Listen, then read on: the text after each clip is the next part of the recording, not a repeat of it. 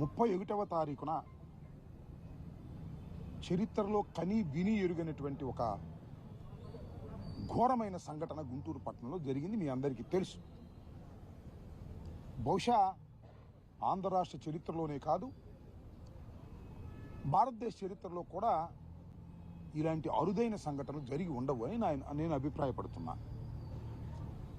31వ తారీఖున 5 గంటల నుంచి రాత్రి 12:20 వరకు మా ఇంటి మీద, ఆఫీస్ మీద పెద్ద ఎత్తున దాడి చేశారు. ఒక విధంగా చంపడానికి ప్రయత్నం చేశారు. ఇల్లుని, ఆఫీస్ని ధ్వంసం చేశారు.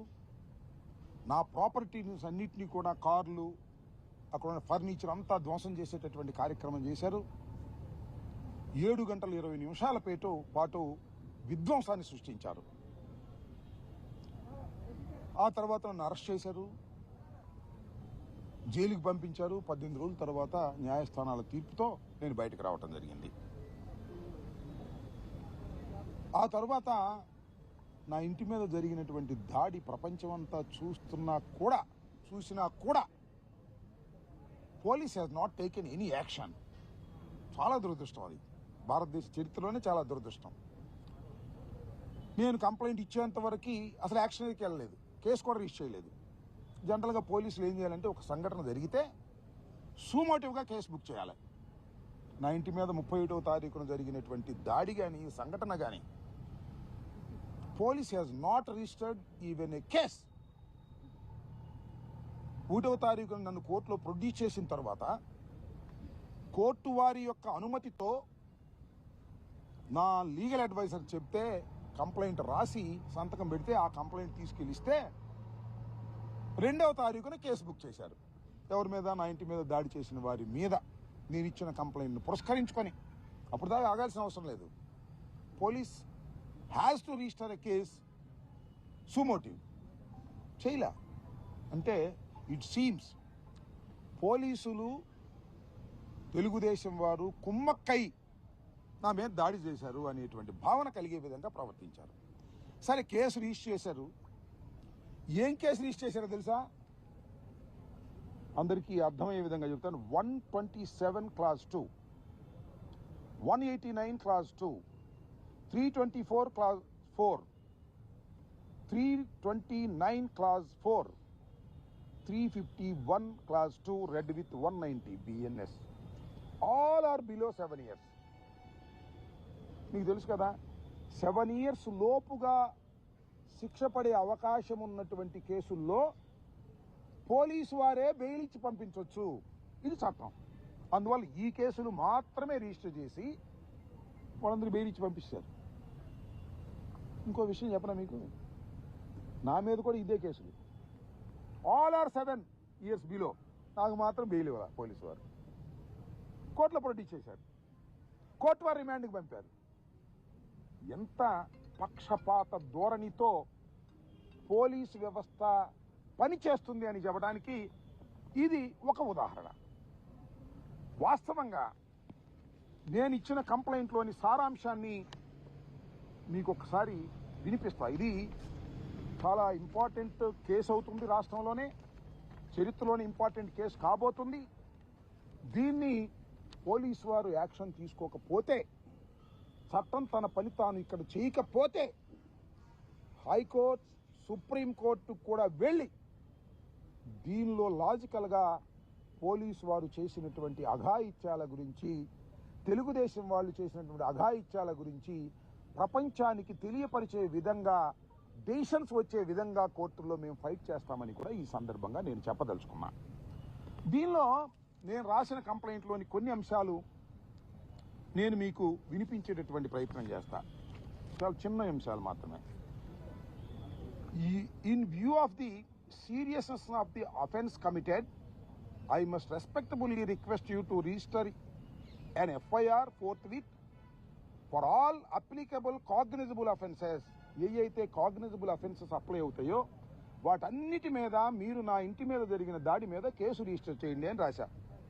దానిలో including offence relating to attempt to murder, నన్ను చంపడానికి ప్రయత్నం చేశారు, అది కూడా పెట్టండి అన్నా.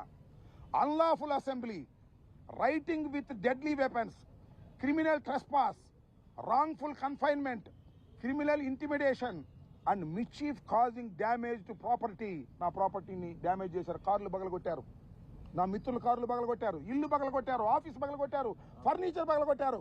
వీటన్నిటి మీద damage property against all persons involved. I further request you to identify, గుర్తించండి, trace and arrest all the accused persons involved in the commission of the said offence, seized and preserve all video and photograph evidence, and conduct a fair, impartial and effective investigation in accordance with all. నేను రాసిన దానిలో ఏమైనా తప్పు ఉందో చెప్పమని అడుగుతా ఉన్నా ప్రజానీకాన్ని. మీరు ఎమ్మటే యాక్షన్లోకి రండి, ఫోటోగ్రాఫ్స్ ఉన్నాయి తీసుకోండి, వీడియోలు ఉన్నాయి తీసుకోండి, అన్ని టీవీ కెమెరాల్లో వచ్చేసినాయి, ఆల్ ఛానల్స్ అక్కడే ఉన్నాయి ఆ రోజు. వాటిలో తీసుకోండి అంటే ఇంతవరకు ఈ సింపుల్ సెక్షన్స్తో కేసు బుక్ చేసి వాళ్ళని బయటికి పంపించేశారు. ఇది చాలా దురదృష్టకరమైన ఇన్ఫర్మేషన్. వాళ్ళు పెట్టి ఏంటి, 127(2) అంటే 1 year punishment, 189(2) 6 months punishment, 324(4) మిచీఫ్ 2 years punishment, 329(4) clause 4 criminal trespass and house 1 year, 351 clause 2 criminal intimidation 2 years. అన్ని బిలో 7 years. ఎందుకంటే శుభ్రంగా ఎక్యూజ్డ్ అందరినీ కూడా బెయిల్ ఇచ్చి పంపించడానికి కావాల్సిన సెక్షన్స్ మాత్రమే వేశారు ఆ సిఐ గారు. ఆ సిఐ గారు తెలుసు కదా, గంగా వెంకటేశ్వర్లు గారు లోకేష్ గారి బంధువు. ఇంతకు ముందు కూడా చెప్పేవాళ్ళు చెప్పట్లా. గంగా వెంకటేశ్వర్లు గారు సింపుల్గా ఇవి వేసేసి వాళ్ళని రిలీజ్ చేసి పంపించారు. వాళ్ళు పోలీస్ స్టేషన్కి వచ్చారో కూడా నాకు తెలియదు. ఇలా పార్షియల్గా వ్యవహరించారు. రెండో అంశం ఏంటంటే అసలు నిజంగా వేయాల్సిన సెక్షన్స్ ఏమిటాయంటే 118 clause 2 voluntary causing hurt of grievous hurt by dangerous weapons and means. Dangerous weapons తీసుకొచ్చారు వాళ్ళు, చూసారు కదా, పలుగులు, కత్తులు, రాడ్లు, పెట్రోల్ బాంబులు తీసుకొచ్చారు. దీనికి ఇంప్రిజ్మెంట్ ఫర్ లైఫ్. ఇది వేస్తే ఇంప్రిజ్మెంట్ లైఫ్ ఉంటుంది కాబట్టి వాళ్ళని రిలీజ్ చేయడానికి వీలు కాదు కాబట్టి ఆ సెక్షన్ వేయలే. ఇంకోటి 109 అటెంప్ట్ టు మర్డర్, నన్ను చంపడానికి ప్రయత్నం చేశారు, నా పిల్లల్ని చంపడానికి ప్రయత్నం చేశారు, ఇదేమంటే ఇది 10 years, దీన్ని వేయలే.